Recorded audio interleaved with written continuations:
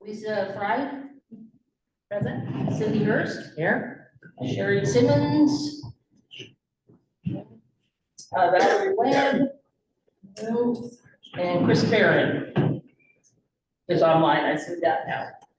Okay, I'll watch for other names to pop up online. and the notice that went out, didn't get any feedback from any of these other folks, that's, which is kind of. No, I heard from James Page and Butch. And that's all. Okay. All right, well, we'll just mark the others unexcused at this point, Mhm. if we haven't heard from them, and then we can add them in to the meeting as it comes, so. If you would do that, all right, so that's gonna take us into the first item of business. Yes, I should speak to the microphone. And the first item of business is election of officers. So with that, I'm the current chair. I'd be willing to serve again. If I'm nominated, and our vice chair is also here, if she's willing to serve, unless someone else wants a nomination, I would ask for Section A nomination of the election of the chairperson. So calling for nominations. Who is the vice chair? I'm sorry, you, okay.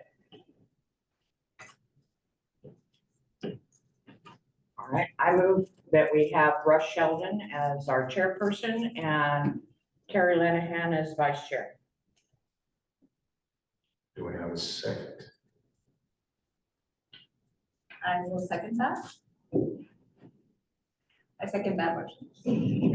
Okay, we have a motion and a second motion made by Cindy Hurst, Commissioner Hurst, and Commissioner Fry for the selection of both positions of chair, that being Russ Sheldon, and vice chair being Mayor Terry Lenahan. Is there any discussion? Hearing none, all those in favor say aye. Aye. Aye. All those opposed say nay. I'm assuming that was an aye from Chris. Thank you, Chris. We've got a few audio difficulties. If you can hear me, we'll try to get those worked out. We're gonna count your vote in the affirmative unless we hear otherwise when the audio gets approved. So therefore, this motion carries. Thank you. And with that, we have a couple items that we need to do for housekeeping, and that was our consent agenda. I believe that's items 1 and 2, which are the prior, well, actually the minutes of the prior, the agenda for tonight. So that would be A, approval of our budget committee special session agenda. And the second item was the April 20th, 2022, and the May 2023 meetings. I'll entertain a motion. Approval of the consent agenda. Approval was made by Commissioner Hurst and second by Commissioner Lenahan. Although, any discussion? Hearing none, those in favor say aye. Aye. Aye. Thank you, that was loud and clear. How about Tristan, you're connected. You want to unmute? Did you hear the motion? Motion was basically to approve the items on the consent agenda.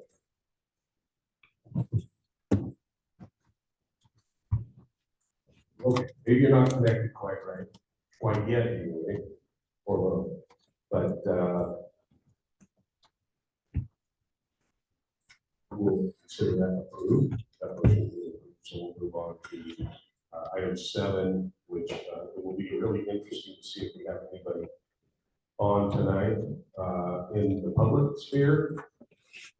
I don't see anybody before us. Lori, is there anything I should be aware of? I didn't receive anything prior to the meeting.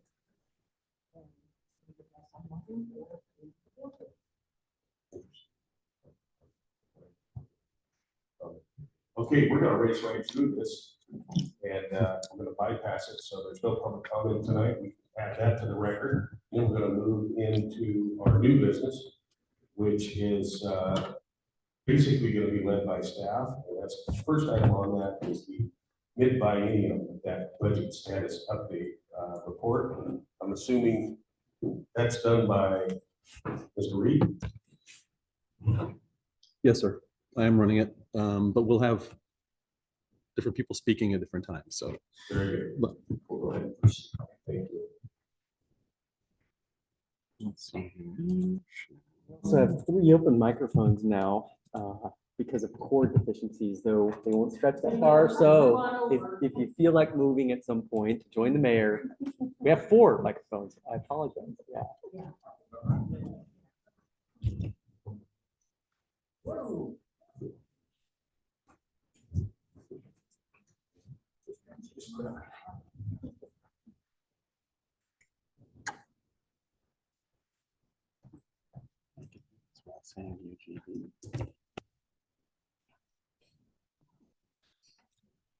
Okay, I think Counselor Papen dropped off. So we can, I'll go ahead and begin to walk through. This is mostly just a detailed update of where the city is relative to its budget, and then just some kind of fiscal service level and fiscal planning topics that we'll get into just conceptually for the most part. Just to kind of give a preview of what we'll be trying to work with you on over the next several months. And there's Councilor Papen. This is just a reminder of the Budget Committee's duties. This is a mid-biennium where we budget on a biennial period, the biennial basis. And our budget is for the fiscal years 24 and 25. We are winding down towards the end of fiscal year 24, but there's no new budget to consider for fiscal year 25. So we're just doing an update. There's nothing to hear, consider, approve, that sort of thing. So this is really just a conversation to bring you all up to speed on some things. Just a review of everybody who's on the Budget Committee. It's all members of City Council. And then up to 7 members of the North Plains residents who are also registered voters. And right now we have 2 vacancies on the Budget Committee. Terms are for 4 years. There's the roster. Thank you everyone for participating and being involved in this. We do like to kind of mention, we'll work through this stuff rather quickly, but the City Council is getting ready to formally adopt 3 new a mission statement and goals that they worked through one weekend, just a few weeks ago. And these are the draft new City Council goals, 3 council goals through 2028. Similar to the goals we previously had, but I won't drill into them, but you're all very familiar with them. But Goal 2 and Goal 3 are a little bit different from previously. Number 1 is kind of similar to previously, but intentional and thoughtful growth with balance for the community.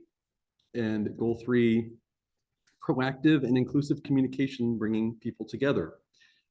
So those are kind of newer goals, or goals with kind of new different dimensions compared to previously, worth mentioning. Okay, we're going to run through 8 different things, and we think we can get through most of this pretty quickly. Again, it's conceptual for the most part, just kind of what we want to kind of put before you to think about moving forward. But first, you don't escape looking at the numbers on the existing budget. Sorry. This is pretty much from the new staff report that will be going out and will be before you, City Council next week. But just kind of recap. Our operating funds, we have 4 of them. There's a general fund, which includes all of those kind of service departments that provide services to the city residents. Then there's the streets fund, the water fund, and now the Jesse Mays community building facility, community center fund that kind of keeps track of its rental income versus its operating expenses. And as City Council hears month to month, the city, for the most part, and continuing through the end of April, the city's operating funds pretty much are running 93, 94% of budget, or if not a little bit lower overall. City expenses, departments are pretty careful. We track things very carefully, and there's really kind of no situation of any particular operating fund having any issues. But everything's pretty much under budget, where compared to what spending could be at this point. 10 full months into the biennium, the 24-month biennium. The exception really is the Jessie Mays Community Center Fund. We set that fund up with the new biennium budget for 23-25 in order to just kind of get an idea for the first time of what Jessie Mays' operational issues are in terms of being a facility that residents or visitors can rent for different events, whether it's the pavilion outside or in here, versus just the operating expenses that it takes to kind of manage all that, take reservations, account for all of it, repairs, all of that. And it continually runs at a deficit, but we don't have fees that are set to be full cost and recovery and build a reserve. That's not how we've been operating it, but it's just a good idea to get a sense of how it operates and what the starting point is for how we might want to do things differently, move in a direction of more cost recovery, for instance. But it's just to kind of at least get a picture. Otherwise, the operating funds are doing very well, revenue and expenses. Yeah, sure. Council Sheldon. Yeah, Commissioner, first, you have a question? So does the Jessie Mays Fund just cover the building? Or is the exterior part of the parks? And where is the rest of it? I'm just wanting to know where you should belong. Commissioner Hurst, great question. The Jessie Mays Fund, as we track it, is really this building and the pavilion where people can actually rent it and use it. So we don't include the restrooms. That's kind of more parks and recreation for the city. So it's really kind of, Landscaping the area out here. yeah, exactly. So really, it's kind of just the beginning and an attempt to understand that balance for the facilities. Yeah, absolutely. Just a few capital funds that we'll touch on that are more active than others. Starting with the Urban Renewal Agency, we just want to, remind folks that the Glencoe opportunity, really the URA has been active on two fronts, moving into the biennium. Nope, there's Councilor Papin. Hopefully she has better luck this time. But the URA has really kind of been active on two fronts. Number one, there's continuing effort and in progress on the Glencoe Opportunity Area property that is still planned to be a grocery anchored center. We have lost no interest from the developer. We have lost no interest from the businesses who would like to be there. And they understand that we are working through, in a slow process, dealing with the brownfield issues on site that basically the pro forma shows about $1.5 to $2 million of cost that just make the project not feasible unless we get help from the state. And that's what we're doing. We're getting help from the state. So we've moved forward with getting the buildings cleared of any hazardous materials so that they can be demolished and we can clear the existing structures there. So we've had a hazmat testing. You probably saw abatement activity this past week and this week. They're not painting the gas station. They're just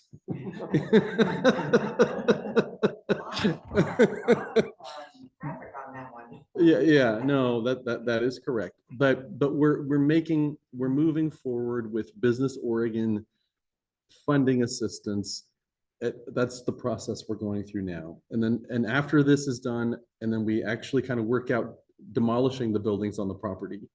However that happens, then we work with Business Oregon basically on a kind of a planning process to figure out different iterations of what the project might look like so that it doesn't disturb soil the same way. It doesn't have buildings located in the exact same places. Maybe there's different ways to plan it so that it can be developed differently. The developers that we've been working with, Rembold, they know what they're doing in terms of building a successful commercial center, but there are issues here that, are we doing things to get around the site issues? So we'll work with Business Oregon on that. That's the very next step after demolition.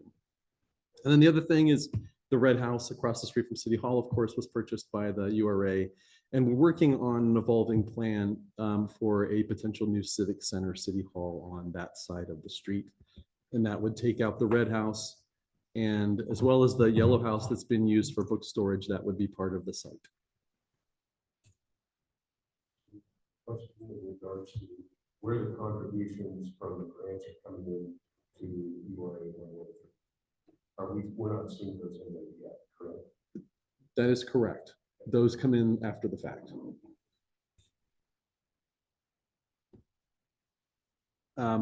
The next fund that's been active, of course, is the Transportation Bond Fund. That's the primary fund. Basically, the bond that the $6 million in debt we took on with debt service paid for by the local fuel tax.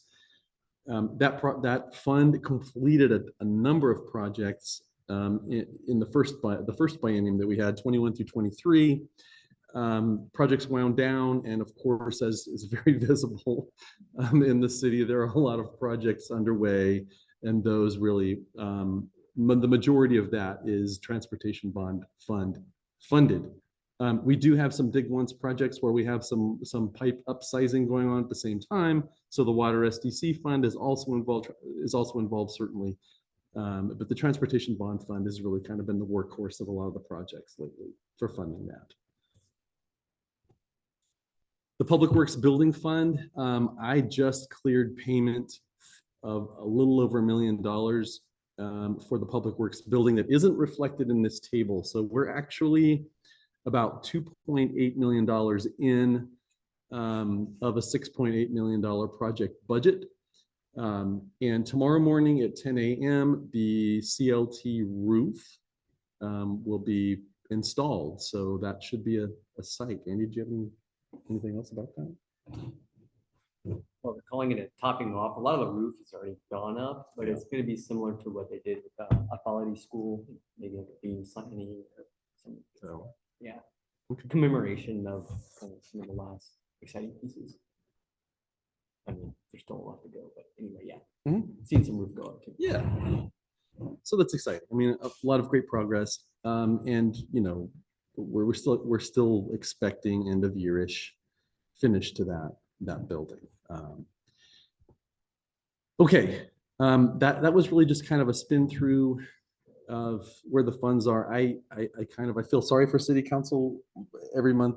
The update is we're flying slightly under budget with most everything. If anything's over budget, it's because we've just we've reviewed some things and gone in the direction of cybersecurity and better IT than we budgeted for originally. And there are budget errors, or there are grants that we've gotten. The library has been phenomenal this year with winning grants, but then spending that grant money in very specific ways. So you'll see some library spending if you look at the numbers in detail that look like they're above budget, but they're grant monies that really don't count against that. But anyway, so there's some anomalies here and there, but by and large, things are going per budget. Okay, so into some of the fiscal planning issues, things that will be coming before City Council soon. I'll start off with water rates and other fees. June is always when City Council considers and ultimately adopts a new fee schedule for the following fiscal year. We're targeting doing that at the first meeting of June, and staff are working on updating the fee schedule in a number of ways. Per the budget, and as we discussed last year, fiscal year 24, the first year of the biennium, water rates did not change. We didn't increase them or do anything with them. We held them constant. But then the plan was for water rates to go up by some measure of inflation in the second year of the biennium, and that would be July 1. The We didn't specifically say what that rate of inflation would be, but we said it would be some level of inflation. And so that's what we'll be discussing with the new rate schedule, new fee schedule in June. But most other fees, we will be recommending increasing or planning for increasing by some realized measure of inflation. And that's going to probably be per the consumer price index of about 3 to 4%, somewhere in between.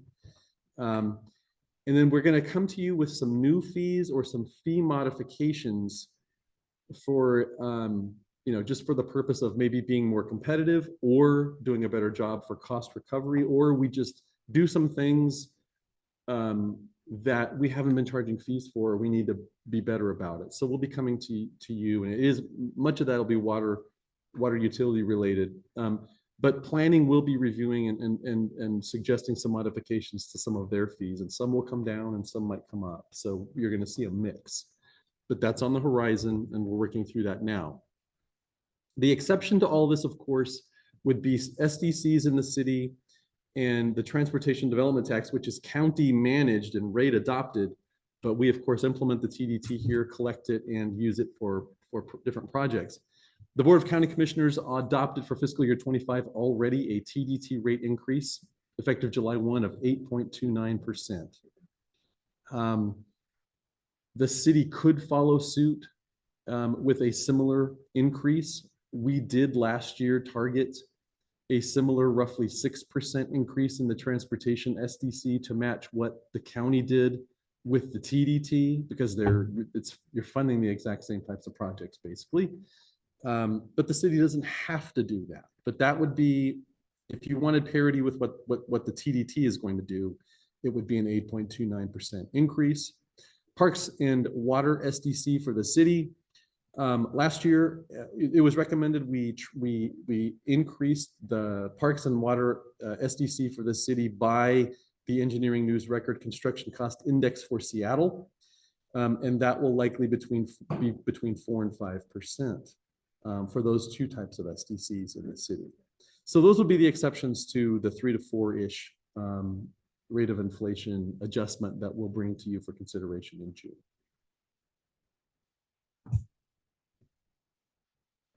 At this point, I will turn this over to Dustin to discuss Parks and Rec and maintenance.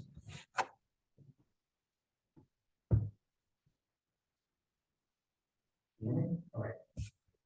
One of the things that had come up this year is we're taking over a couple of new parks and some new areas of maintenance. And we wanted to find out that they're pretty high maintenance areas that that require a lot of time as well as money.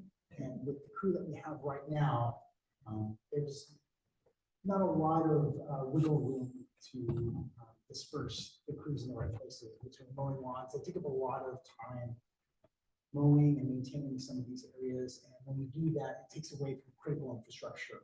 So one of the things that we're thinking about was maybe having the contractors come back in and mow some of these higher maintenance areas, especially these parks like Sunset Ridge West, where they have large crews already doing this and doing it effectively and efficiently. And that's not something that we can do with a 2-man crew when they're needed elsewhere. So this kind of got, well, how do we fund some of these things? And one of the ideas was Parks and Rec and landscape maintenance type of fee.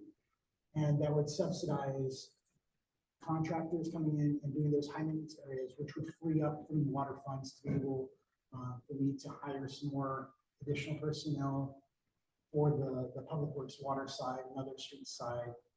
And we can focus the Parks and Rec monies from this fee to a operations tech that would be specifically for that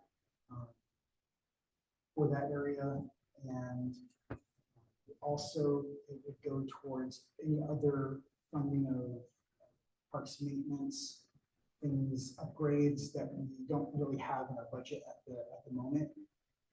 And on top of that, if there is enough funding, maybe we can consider a Parks and Recreation coordinator, either half-time or full-time, which is definitely a need that has been voiced by the community.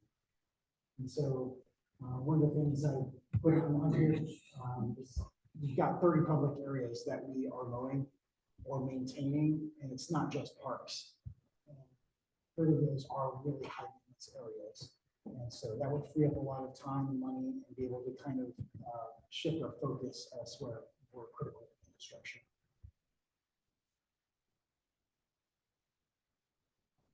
I got another slide.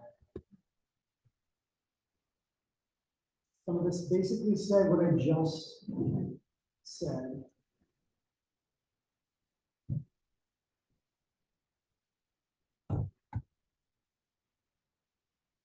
But most importantly, the new revenue would be essentially supporting staffing levels as well as new community programs that the residents are requesting.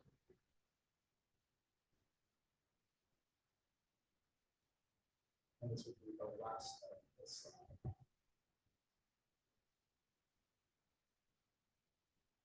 Are we going to be doing I thought this was part of we can, I didn't put it there. So I just, Let's just go over briefly Yeah. what you've been looking at. Yeah, in the- you're okay, yeah. all right, I was not expecting to do this part of that was just going to be the Parks and Rec next week. This is just an FTE comparison study with a lot of municipalities that are like sized or are going to get to. And so when I say that we are a small but mighty staff, we have 5 FTE. And we're expected to grow to 5,000 here within the next year or two when Brick Hill is growing out. And if you look at other places, Estacada, Sheridan, which are still under 5,000, they have 11 Parks Works maintenance people for Estacada, 9.5 for Sheridan. They have more in their public works department, but they also have like sanitation and other things, and I didn't include that in these numbers. But if you look at Junction City or Caboose, if you look at the 17 public works personnel, that's kind of relative to what we have. That's kind of the goal. And if you want a really smooth running department, that's kind of maybe a little bit much, but it would help. It would go a long way. And so some of the things I'm looking over the next few years is increasing the staffing to help service the needs that we are kind of deficient in at the moment.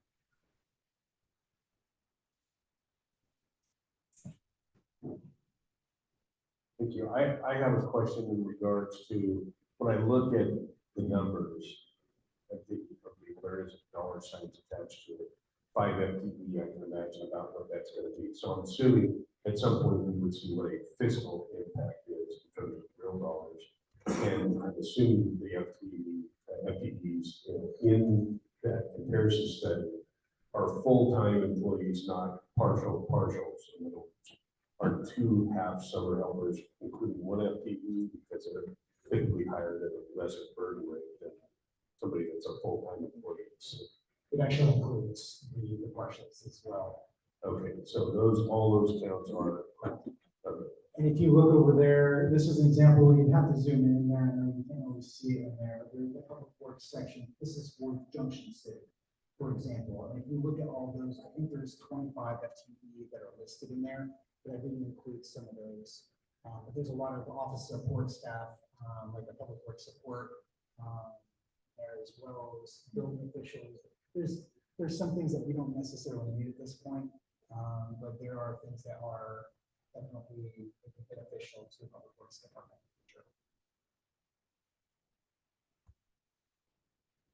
Well, I certainly would argue with that. It always comes down to what available funds we have. I think in terms of utilization, compare that with what our burden rates are, and how we overcome that, whether through in some increased usage fees. I mean, I'm more than willing to look at it. I think everybody here would be.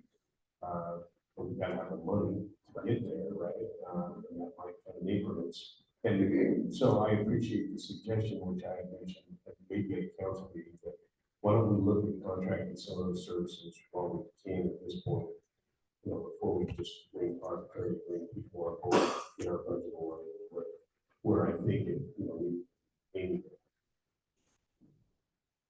There's a lot of considerations that go in this, especially when miles of water line and miles of road. And that was another thing that I took into consideration of this, and I had similar budgets. I mean, it's really hard to compare apples to apples, but I did the best that I could. And of course, their fee structure are different. Those are things that I didn't want to put into this slide. This is more of kind of an open mind. Here's kind of the direction that we're going. And we can work out the funding at a later point.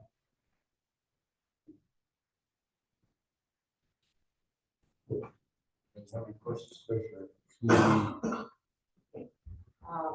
So do any of those cities that you thought was fair, do they have a fee or do they have a levy? That's one of the things I'd have to get into a little bit better detail. I can actually provide that during a future council meeting. This is just more of an eye opener.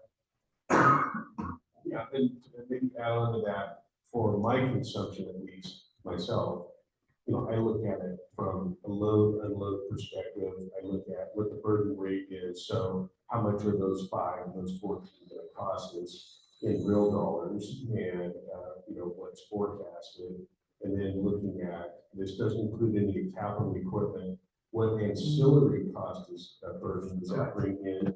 Because it's certainly going to have that as well. And then the only other thing I'd probably like to see is each individual city's actual base tax rate, and whether or not I would speak to Commissioner Hurst, what other fee structures they have or levies that they have to support some of those programs, because we know we're not big enough to just have a parks department or just public works department. And obviously these cities have overlapping responsibilities as well. So if that makes any sense, those are all things I would like to see, because we know that growth is going to cause an increase in the demands of, just the demands of our services. Correct. And like the fee that was on the first couple of slides, that would actually help some of these costs as well.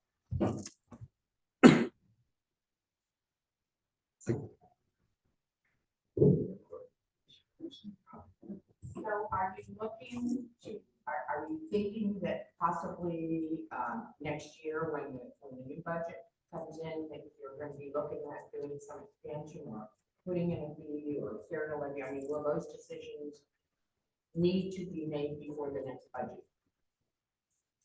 The fee would have to be implemented and work on trying to fill positions if that was implemented, but it probably would be another year or so in the next budget next year. Yeah, okay. Comes into I place. just kind of want to know the timeline. Yeah. Commissioner Hurst, I guess I would append that with a fee on the water bill, like the TUF that's currently paid, that could be done before budgeting, before the next budget cycle. Like that could be done anytime, next few months even. So we're looking into that. We know that North Plains is one of the few cities that doesn't have some kind of public service fee on its water bill besides just a transportation utility fee. And we've been looking at it, and so it would just kind of be up to council to consider something new and sooner. Well, okay, I'll jump in here, because the fee, you call it what you want, it's a tax, that's how it's perceived by the ratepayer. It's obviously additional burden on them, so we've got to be mindful of that. We've got to be transparent in how we sell that. Because it's just dollars, it's more dollars, right? We're hanging on, we're not sending it in October or November, the tax bill, but if we need more things like public works, parks, and police, we've got to have a way to extract it to an extent that's acceptable. So, I think we definitely want to be mindful of that when we look at the rates that go forward. And certainly we can take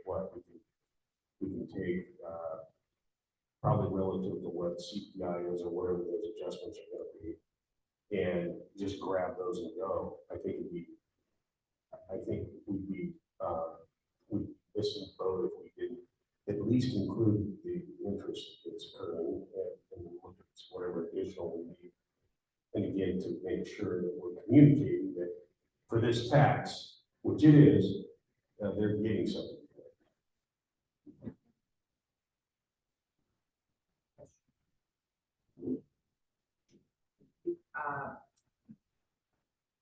We're talking about fee. and other cities. So I, you know, I've lived here 45 years. I've never seen in other cities water bill in all that time. Mhm, mhm. So I don't know what other cities charge, okay? So you're saying that other cities do have similar fees in their water rates? Commissioner Hurst, that's correct. And honestly, it's all over the place. I mean, it really honestly boils down to what Councilor Sheldon, Commissioner Sheldon speaks to, and that is what level of service does the city want, given what it has to go out and put on that, on a water bill. Some cities have usually the floor is usually around a $5 per month fee for a service category, whether it's specifically parks or if it's library or police. The city of Cornelius has a $12 general government services fee every month, and that just gets, with every new budget, every single year, they dedicate, that's why they call it general government service fee, because it kind of gives them the flexibility to allocate the revenue from that, maybe a little bit differently each year if that's needed. There aren't many above a $12 per month fee, but some cities do have more than one fee. So they'll have a $5 for this and a $5 for that and a $5 for another thing. I think that's what Cornelius was attempting with the general government service fee, is cover a few different things. So but it really kind of is all over the place. It just boils down to what North Plains wants to plan and the service it wants to provide. I just didn't know that they did that, but they probably did that after. That's your 50, exactly. The You know only thing it. I'll add that I think we all know, and this is not something that's selfish here, is that we do have high water bills. And with new people moving into the city from different cities, who will probably recognize that right away. And we all know the reason it's high is because we have a very low property tax rate. So that would just be the one part in terms of adding more fees long term to the caution of that.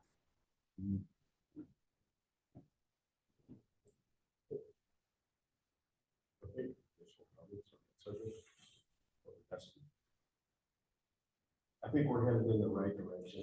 We just have to be pretty deliberate and right about, how we take that on and how we pass those orders on, sensitive to our constituents.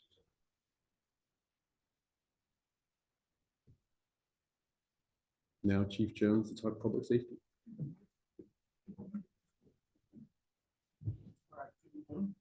I'm gonna lean on Bill to help me out if I need this. Mhm. I'm better at reading but I'm trying.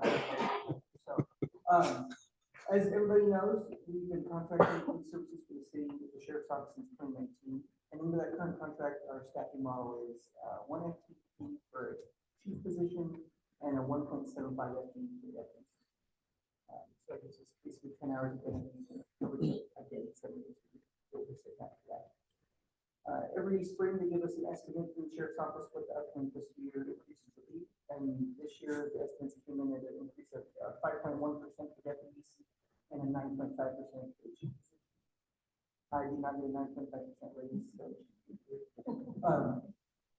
But what that does, it brings in our total estimate for fiscal year 25 to just a little over $728,700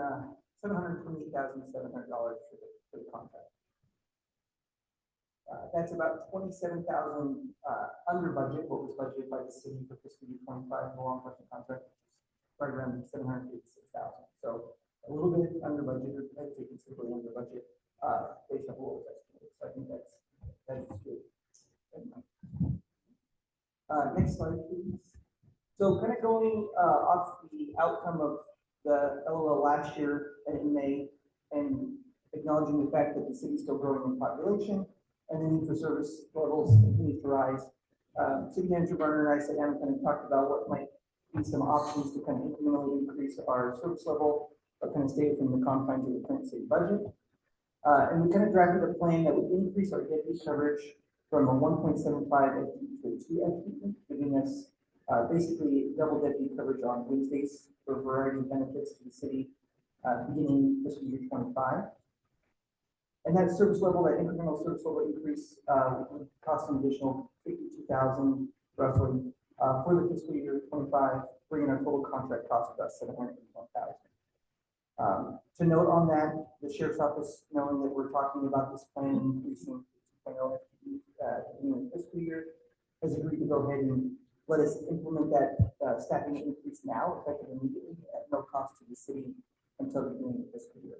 They're willing to cover some of the cost up front, kind of give us the bridge like that between now and, FY 25. Some of the things we're going to look ahead at public safety budget is just to continue to evaluate our options for increasing our service level and seeing if there's a kind of incremental pathway to enhancing our police coverage here in the city. And at the same time, kind of reevaluate the future local option levying with kind of a more conservative approach than what's last. We can looking at it into that incremental path. In addition, and we're going to talk about it in future council meeting, bring it up next week again, but exploring the option of reinstating the municipal court here for the city of North Plains and what positive impacts that might have on the city as well. Was there anything else? I think you got it. Anyone have any questions for Chief Judge? I think it's pretty well laid out. My only concern with looking ahead, I think as far as increasing the service level, great, let's do it. I mean, we know we need more hours. There's people working, they know basically when there's no coverage here. And it leaves us a little bit vulnerable. And like the voters said, we're safe. So, you know, we don't want to pay more. But there's a lot of no pay more people in this town too. And so the whole path of reevaluating what we do with the future levy, I think is pretty important that we keep our eye on that. So I think we can make a concerted effort to make that bridge again for the time is right. As far as the whole court thing, I think I did see some other communication in regards to that. And then maybe there's some cost savings.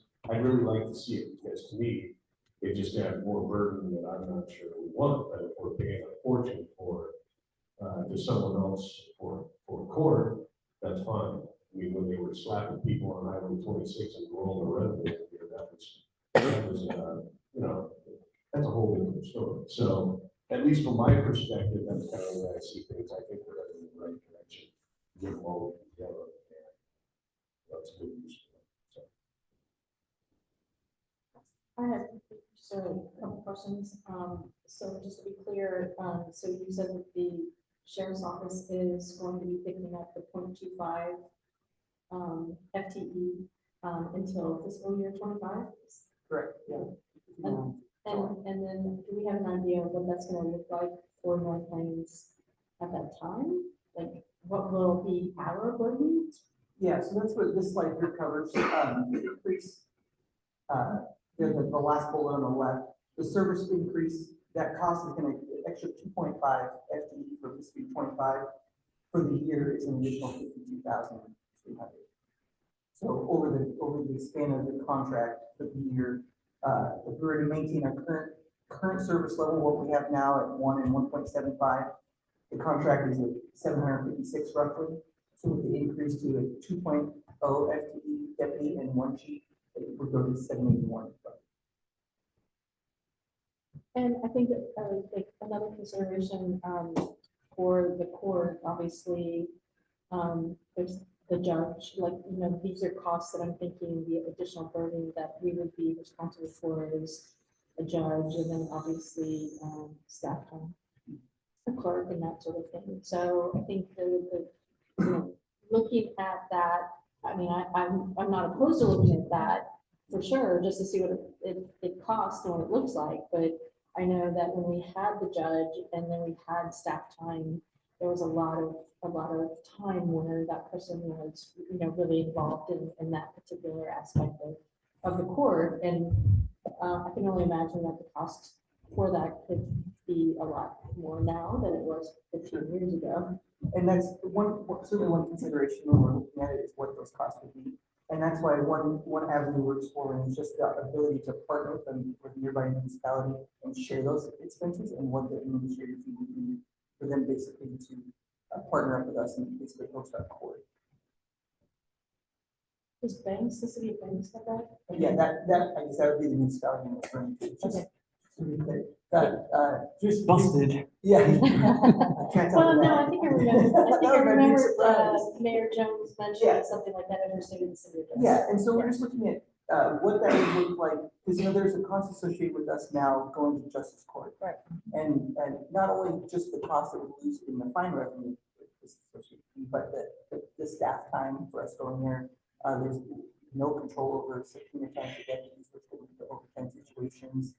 And where it's physically located is another burden, and it's not only on the deputies having to go to court, but anybody that's cited in that city having to drive to the Beaverton just to be heard. So, keeping it local with banks is one of the options, really the heavy option we're looking at exploring initially, and just what those costs would be there, what they basically would expect fee wise from North Banks to host. anything. And then operationally, on the additional 0.25 FTE, would that extend past the current time, like 10 hours, and maybe it would be 11 hours a day? Like, do you have any idea what that would look like? Initially, there isn't like extended hour coverage. It's basically we're going to have double coverage at the same hours initially in the city until we kind of see how that's going to work schedule wise. We're a bit bound by contractual obligations with the, the deputy union as to what we can do to schedule on hours and how they vary week to week. And so that's kind of a little bit of kind of a hurdle we have to navigate sometimes. But what certainly allows us to have more flexibility with those hours. And if there's more events outside those hours that's worth covering, we can do that. And then kind of also looking downrange, considering applying for a ODOT as a traffic focused enforcement grants, basically a traffic safety grant where they award grant money, anywhere from, usually agencies our size get $5,000 to $10,000 in overtime funds a year to spend on traffic safety missions. It just gives us kind of the flexibility to kind of host those kind of things and do some more targeted enforcement stuff, and just giving us more effective presence. And then lastly, housekeeping, Commissioner Sharma, I just want to make sure, could we see if Commissioner Dan and Commissioner Cleveland wanted to chime in on the conversation? Yeah, I can't see them, so. Yeah. Is any of our, we have Commissioner Chapin and Commissioner Barron online with us. I'm assuming that's still the two folks we have. And we're being go out, so. Is there any comments? No comments. The only thought I continue to have on the public safety is the cost of overtime. And I just don't see any details in the slide about it. Well, overtime, at least I'll speak for what my knowledge of overtime is included in the proposed 781,000. That's at the discretion of the chief when those hours are spent over and above whatever hours are worked at the normal schedule. Yeah, I can speak to that briefly. So part you'll see on this slide now for that 2 FTE deputy position, under salary and benefits, we allocate in the contract, it's $85,000 expense for shift differential. And what that provides the city is basically when a deputy takes a day off for vacation, for training, for sick, those overtime costs to fill his 10 hours in the city is covered under the contract. So it gives us guaranteed deputy in the city 10 hours a day with that shift differential at no overtime expense to the city. Where we do have overtime expense, and it varies depending on call volume and what the nature of the call we can do, but court expense increases some overtime. Hopefully we can address some of that traffic court with the municipality route. But we do have some overtime with court subpoenas. We do have occasional overtime with a late call if there's something that pushes the deputy past the end of their shift, and then the occasional special events within the city, mainly Garlic Festival, 4th of July. Those very ones where we have to staff up a little heavier. We do have some overtime, and I can't give you the number off the top of my head, maybe Bill can help me if there's where we're at this point of this year in overtime, but I don't have that number coming. Thank you. Mr. Barrett, does that sound like that?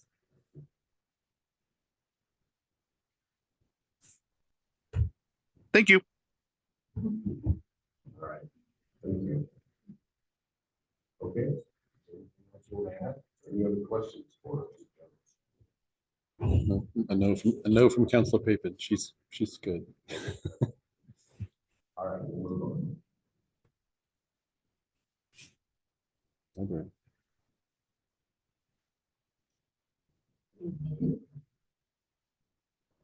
So, something that's been static for a long time in regards to our allocation from Washington County that is in, a little uncertain times right now.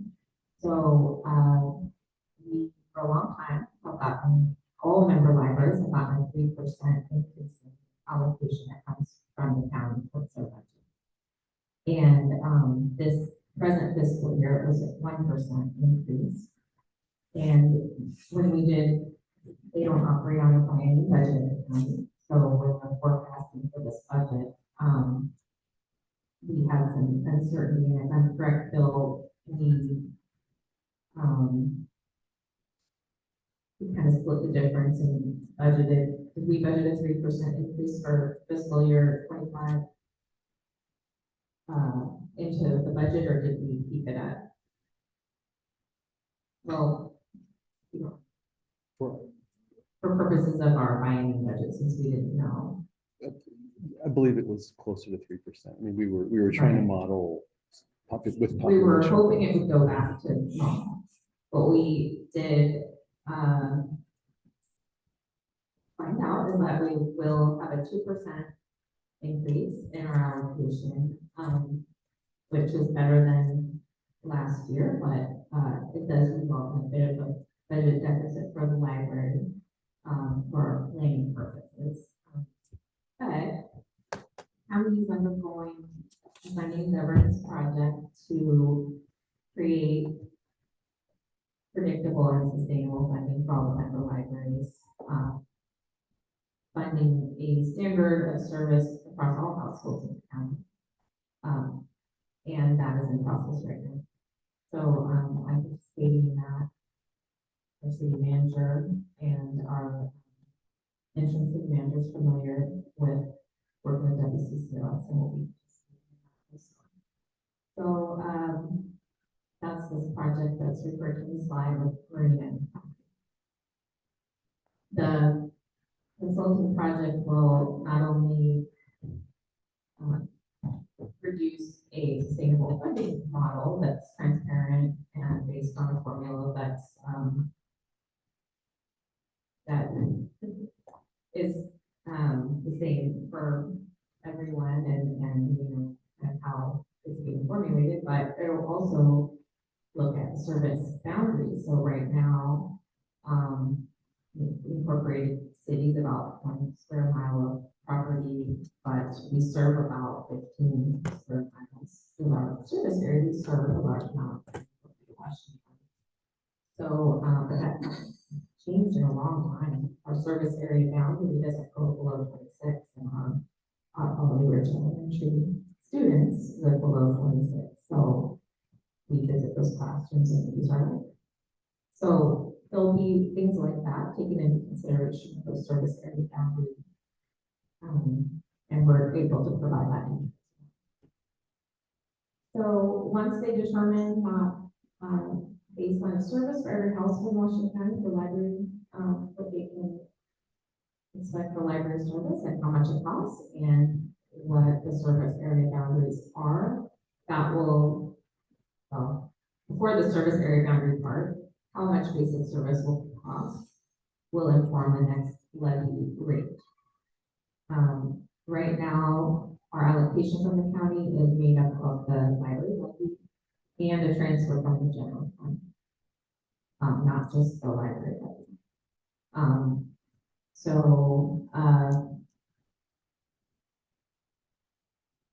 They're determining what the next levy rate ask will be for the countywide library levy that will be on the ballot in November. So that's the big budget news in library land right now. We run a lean operation. Like Bill said, we are running a little under budget. We have had some wonderful grant opportunities. Those grants do not pay for our library operations. So the things that we budgeted for this biennium. We must spend the grant funds on in restricted areas per the application and budget we submitted. So but that, you know, we're just trying to figure out ways to report that, so it doesn't look like we're overspending like it does right now in the budget when you look at. So maybe a separate project fund or something that we'll have to discuss, and so it's easier when you have these meetings. The library spent more, and it's because we see it. Okay, I'd recommend just adding a reserve or contingency into that fund itself. There's any reason why you can't set aside those dollars, because they're restricted to the programs that you basically apply on the basis of a grant for. So, you know, in my mind, it's outside of the budget. Yes, those dollars are available, but why is it in reserve? So to be used at some point for those expenses that are as a result of the revenue you receive, offsetting that expense for whatever that particular grant. That's interesting that you say that, because one of the grants we got at the end of last fiscal year, it was $20,000, and it was part of our start accounts, and that's sort of like a reserve fund in a way. And so, but we're spending it out of a different budget cycle, and so maybe you can talk to Bill and I how we could present that, so it is clear for everyone who doesn't know as much about budgeting. I'll certainly offer my opinion. I think that works in business. Probably easy. So, yeah, that sounds like that to go in my mind. Is there any questions from, I'm going to ask for the folks online. So that's Commissioner Baird, Commissioner Baker. Do you have questions? No questions, thank you. No questions, thank you. So if they, right now, the service area is just the city limits? No, we are assigned a good portion of unincorporated Washington County, probably like about 15 square miles. That's what it looks like to me right now. With this change, do you anticipate that the service area will change? I do anticipate the boundary will change. I don't know, I expect it would change to at least include the elementary school households that, But- I don't know. So it's, what I'm trying to get at is the revenue is based on the size of the service area. Is that Well, correct? they're gonna decide how that formula will. Oh, That's okay, part of the okay, so project. that's part of the whole thing, okay. Yeah. That answers my question. And I'll bring up, that's a good question, because I was kind of interested on what they're aiming for based upon a service area, where there's a certain populace in a service area. My assumption is they're looking to create some equality in terms of what the numbers per bodies are going into in those areas. I presume that's what it is. Is that accurate? At this point, they're in the information gathering phase, but I do know they want a formula that's easy to explain and sensible and results in, funding certain standard of service for every household in the county.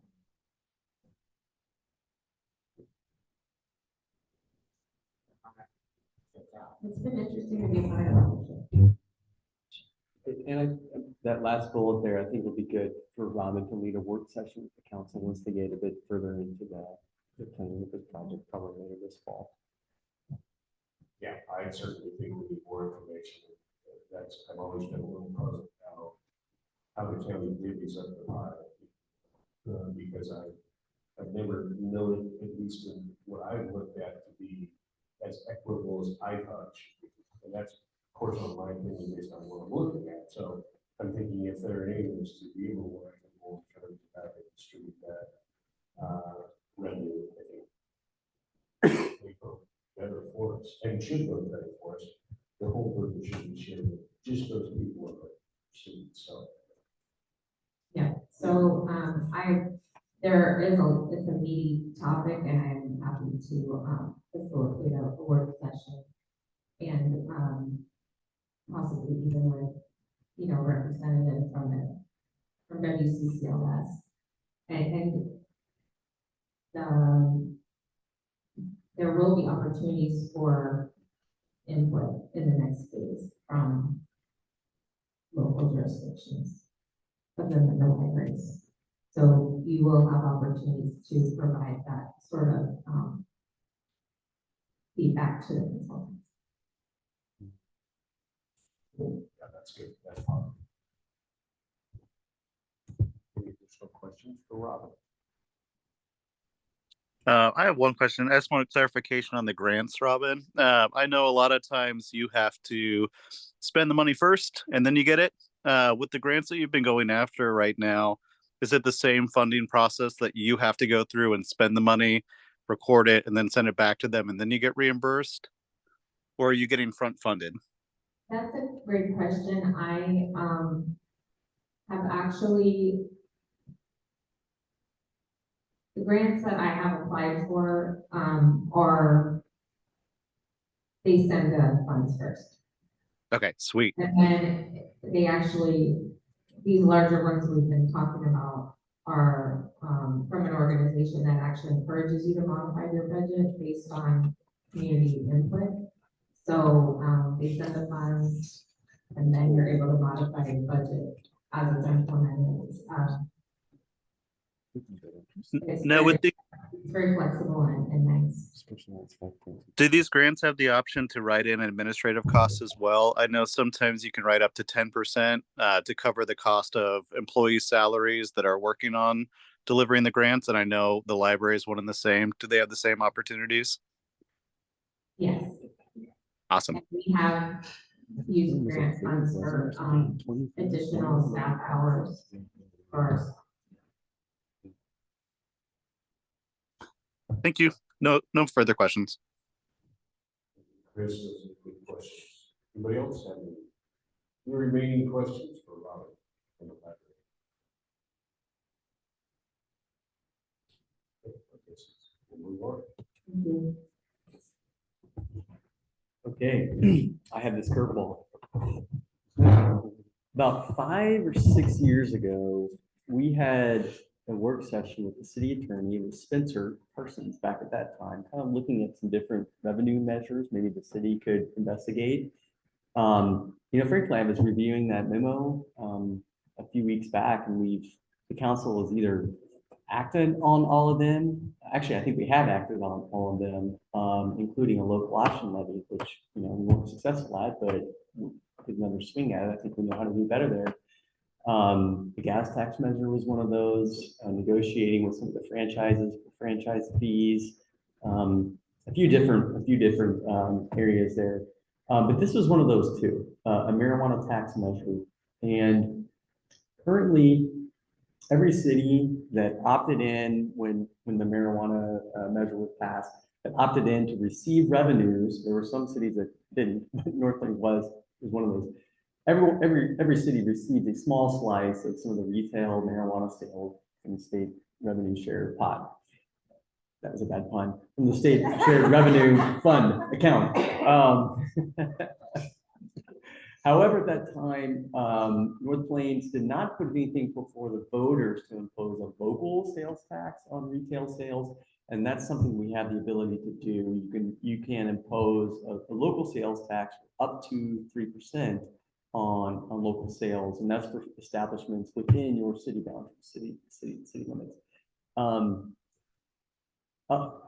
I don't want to throw out most cities do that, but a fair number do that, and I think it would behoove us to at least explore doing that in North Plains too. It sounds, I know the planning commission, the city council have done a lot of work over the last several years to do more refined zoning on marijuana establishments. I mean, currently, we could have maybe up to 2 based on the current zoning in North Plains, and depending on where one is sited, we could really only have maybe 1. But we've done some back of the envelope revenue estimates based on other establishments in the county and area cities, and you can bring in roughly $20,000 to $30,000 for one retail establishment based on what we've seen in other cities. Now, that was other cities, nearby cities, maybe they had 3, 4, 5 establishments. North Plains would have 1.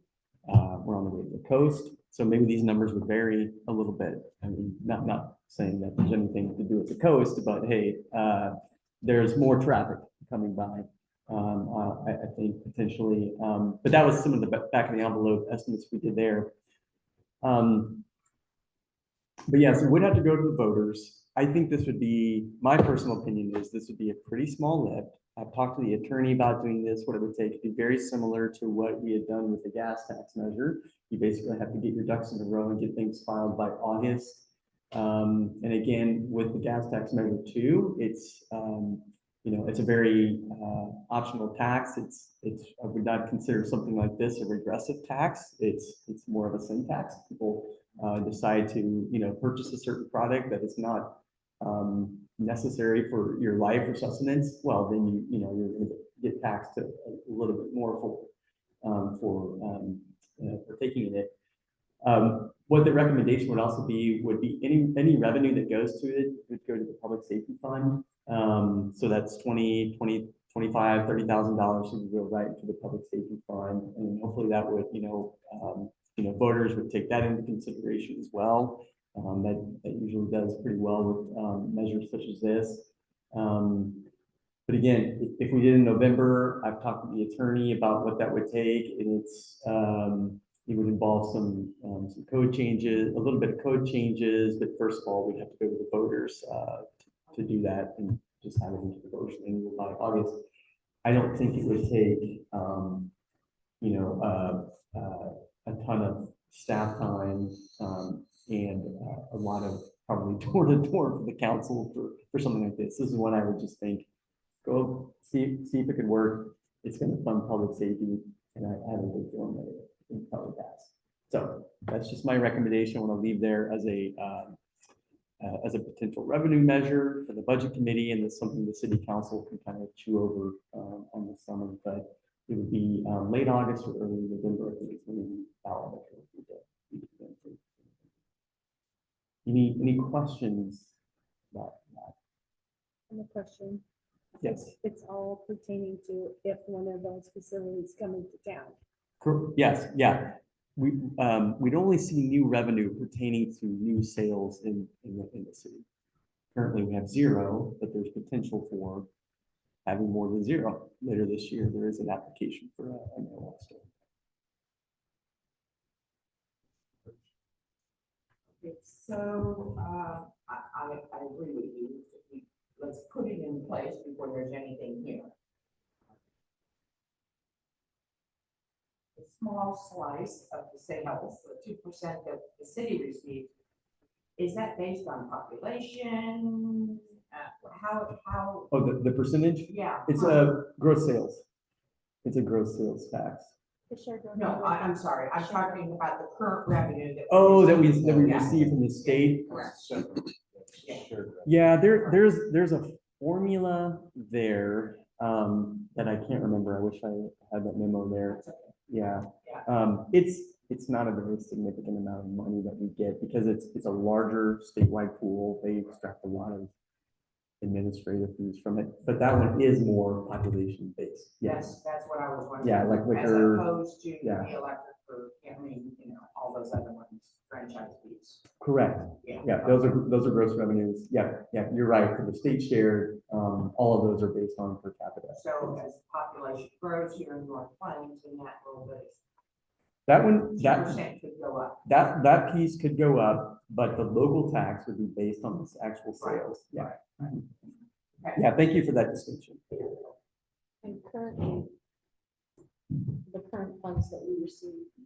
The current funds that we receive from the state share of revenue, I believe that just goes into the general fund. Okay, Commissioners Hickman or Commissioner Barry? You have a question?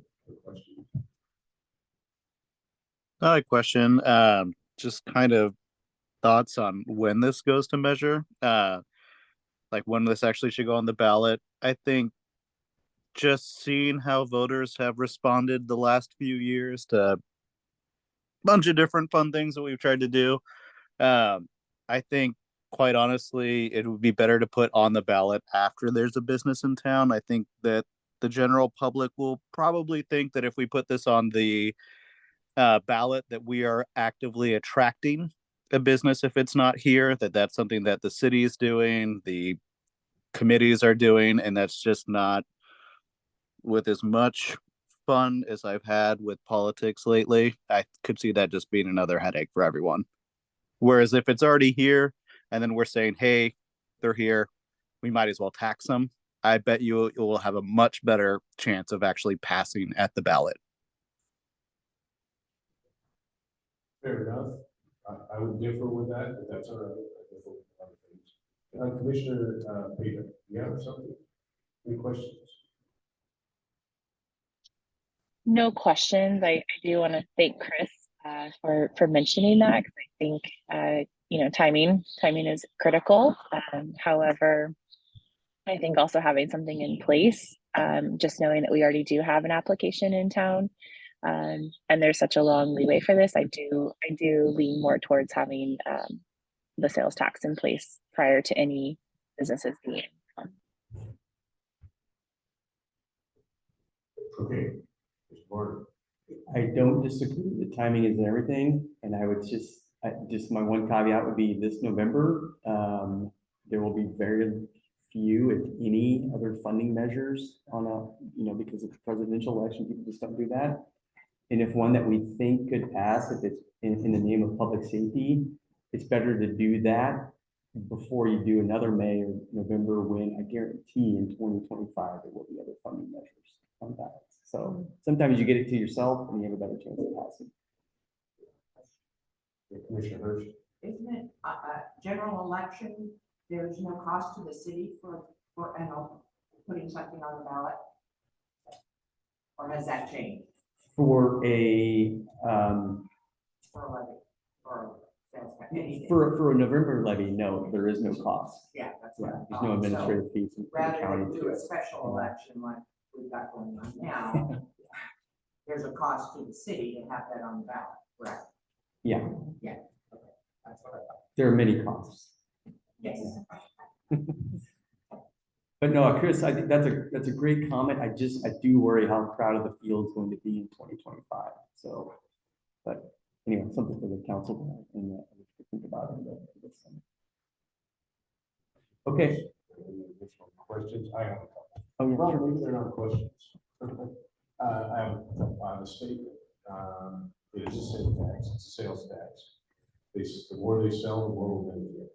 I mean, that establishment is probably going to be frequented by some of our residents. They're going to elect to pay that tax if there's going to be one, then they will. I mean, they're doing that now, and the other city they go to, I'll guarantee it. I think it's an easy win. I don't think it's a problem for our voters to approve something like this. I think it's a no-brainer. The condition I would have is that we write that such that those funds are statutorily restricted to only fund public safety. Now, there could be a caveat to that. I'm not sure what that means, but I'd rather see it dedicated. We might, if we're going to get this started, then I think we need to consider dedicating that fund public safety. Not have it become a slush fund or something else. I don't like that. When you're selling it to the voters, you're specifically earmarking for something in particular. The public safety is kind of related to the consumption of that, perhaps.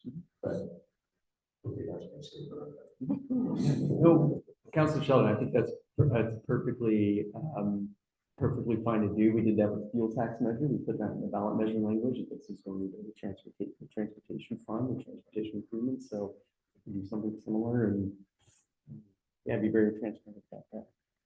Well, and I do want to say that I do appreciate Commissioner Barrett's comments when he brings up some points, but I don't think we need to wait. I think it's something we probably should have done 2 years ago. You know, we've been so busy addressing a number of issues and we just time to think about it. Okay, any other questions on the marijuana? Potential.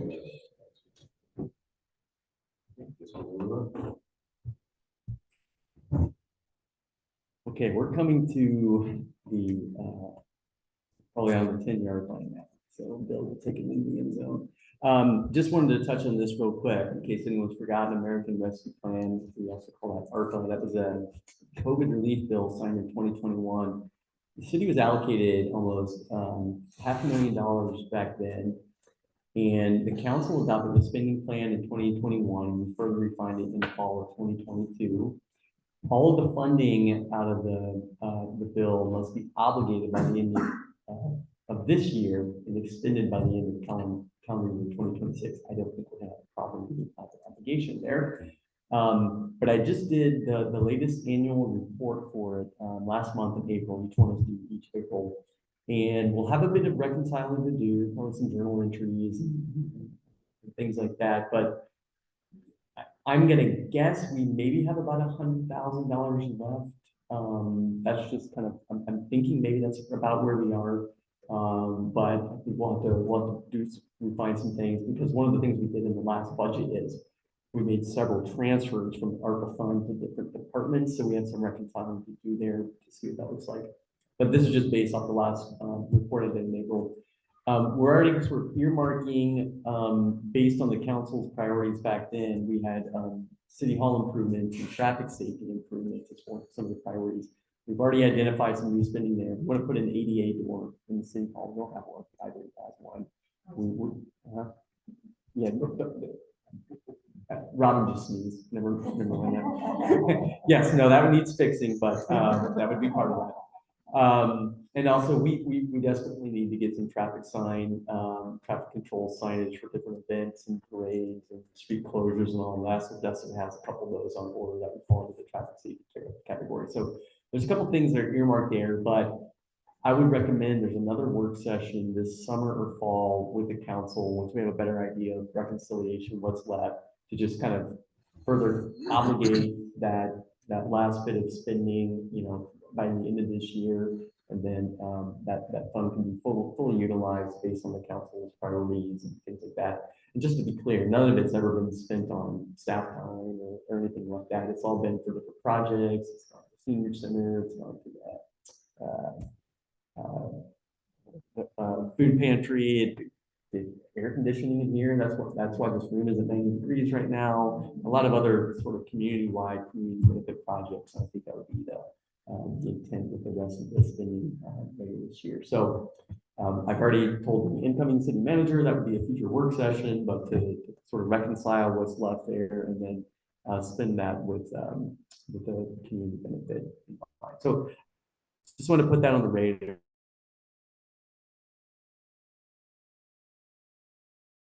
As a future.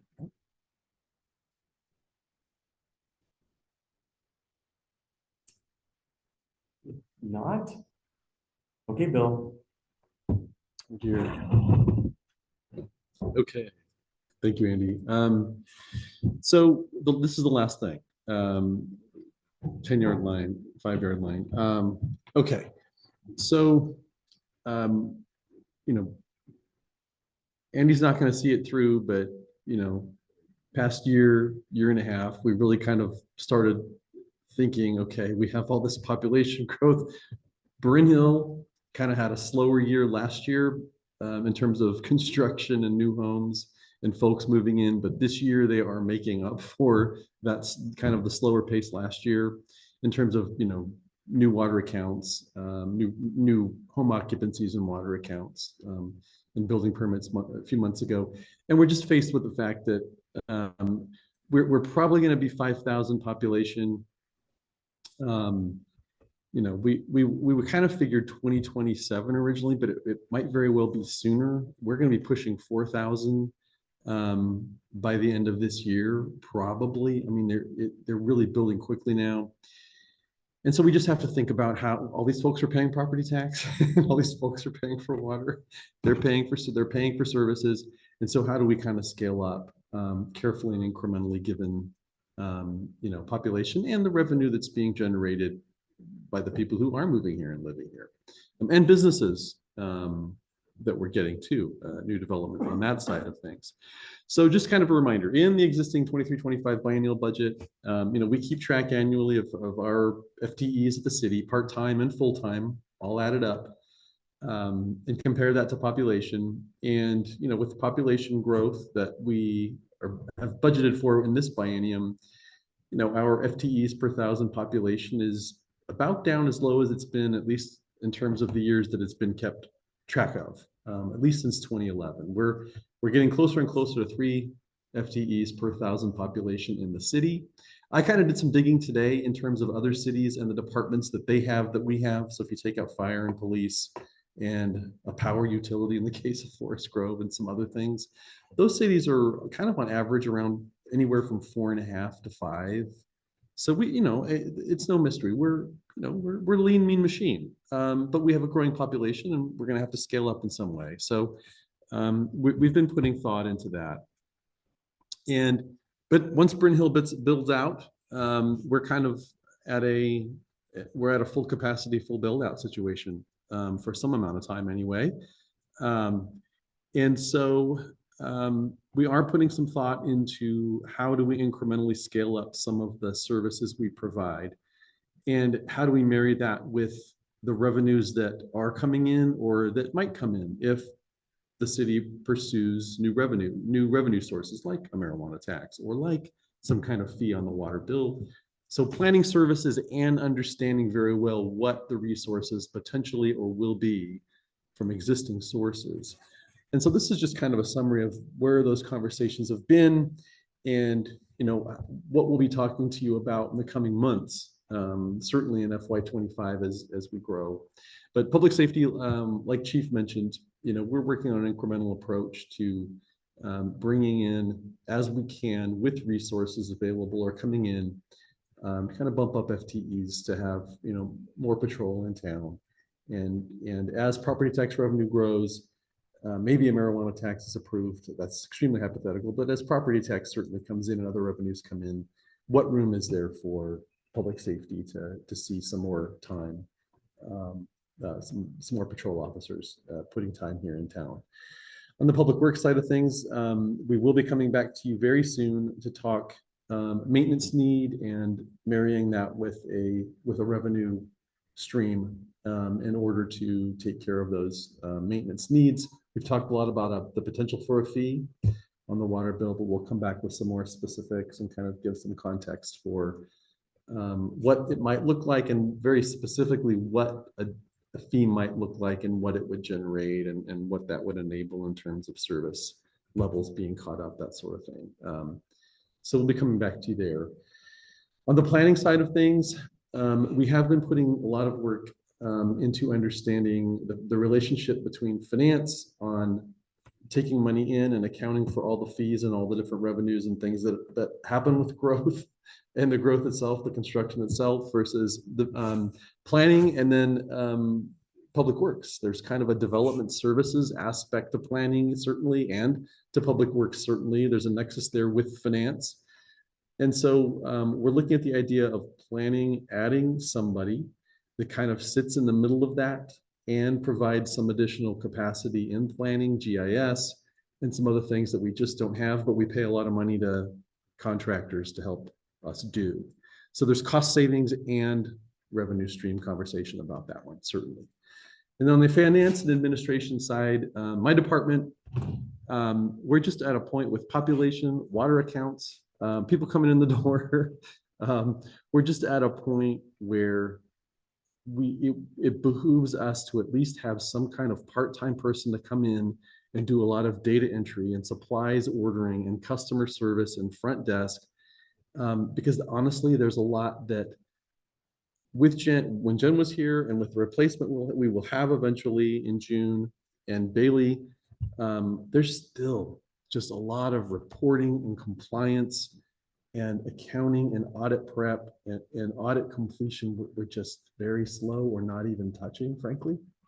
And so having somebody come in and just support on the accounts payable and data entry and a lot of the stuff that just takes time away from the others, the other two of us, that would be amazingly helpful. So again, marrying how we do that with the resources that might be available for that. We'll be having that conversation with you more soon. And with that, any questions online, Councilor Papin, or excuse me, Commissioner Papin, Commissioner Barron, any questions about any of that? No questions. No question. Thank you. Sure. Any other questions on service levels and staffing? I have a couple, but don't hear from anyone who's got a question. It'll be interesting to see, right? We're a growing city. There's no doubt that we're going to have demands. How we meet those demands is going to be more challenging until we get, more revenue, right? So that's either comes through a fee structure of some kind or we forego. But I want to make sure that each one of our departments takes a hierarchical, categorized, prioritized list of what they need in people. I think we need to be looking 5 years, 10 years out, and I think we need to carry those projections through and recalculate those each year so we can have, a good look ahead. And we can assign on the finance side, we can assign the burn rates. What's it going to cost us per person to add those? There isn't any reason why we shouldn't be having that out in front of us now. We know what's going to happen. We're staring in the face, and I just want us to be prepared. And I'm not saying, at least in my opinion, that we aren't. I just want to make sure that we know that, okay, in public works, these are the two positions that we need. 3, 4, and 5 are desired, but that's a down the road scenario. Because I still want us to be lean and efficient. And I want to make sure we're keeping our eye on the ball so that we can dedicate the resources, the budget committee to, really figure out, what we're looking at and, do some forecasting. Commissioner Sheldon, I some of the context without drilling into the details, but the context that I think we feel a little bit better talking about even, kind of short term and certainly, wise and appropriate to plan out is we have been rather conservative with our revenue expectations in our budget. Our unrestricted revenues, not to plan to spend everything that's in, but the context of thinking about this and the population growth is our unrestricted revenues going to the general fund, property tax, franchise fees, all that. We're on track to finish fiscal year 24, probably about 100,000 over what we expected. So not that we're planning to figure out what to do with that $100,000.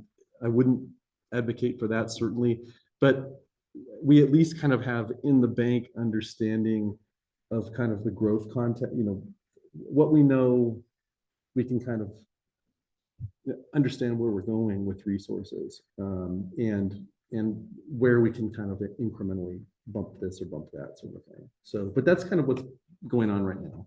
Okay, and I mentioned, that's perfectly good. I mean, I'm good with that. I feel better when I know that, I don't want to say the fox watching the house, but we need to be very efficient in how we're bringing forward where our priorities are at, and taking care of our public demands are obviously the first level of service, right? So we can't keep those, and we've got to figure out how we fill in those gaps. And I also want our departments, I mentioned this at the retreat, at the council retreat. I want our departments, and this will have to be under a new regime because Amy's going to be leading this. But I want our departments to all undertake a SWOT analysis.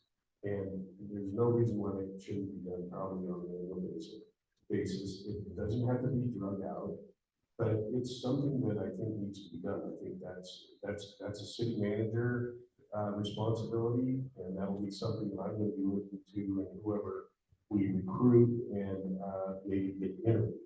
But I think it's an important part of how we look. We look internally, we look externally. It causes organizations and people to look and answer questions that sometimes you might not really want to answer, or maybe you're afraid to answer.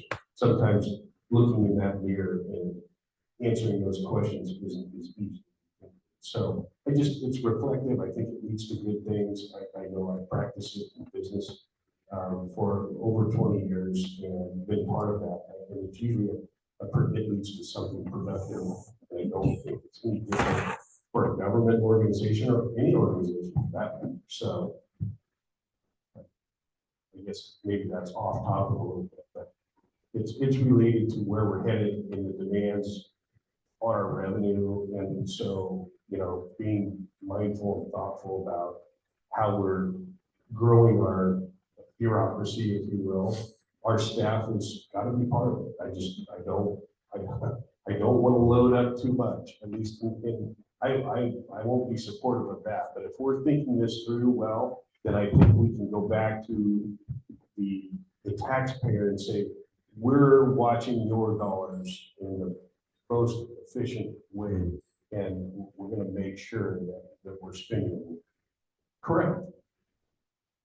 And I would also like to add, and I know that you're mindful of this, but as we do look at projections over time for staffing levels and service levels and that sort of thing, we have to have competitive wages. Because, we definitely want to attract the best of the best and not be a training ground for, no offense on that comment, but I mean, I want to make sure that as we're looking for projections, we also have to be able to say that we have competitive wages to match that, so we can retain our staff. Okay. It's been silent online. Commissioner Bateman or Commissioner Baird, do you have any final thoughts or comments or questions? No final thoughts, but I do echo Mayor Linehan's statement about being competitive and attracting the best of the best. So, and I'm aligned with you as well, Councilor Sheldon, as far as aligning the staff and the different committees. So that is all I have. Thank you. Thank you. Ditto. Thank you.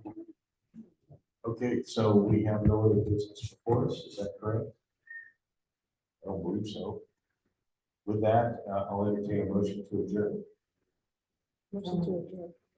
Motion was made and seconded. We're adjourned. Thank you. 7:39. We can steal all 2 hours. Good night, guys. I think so.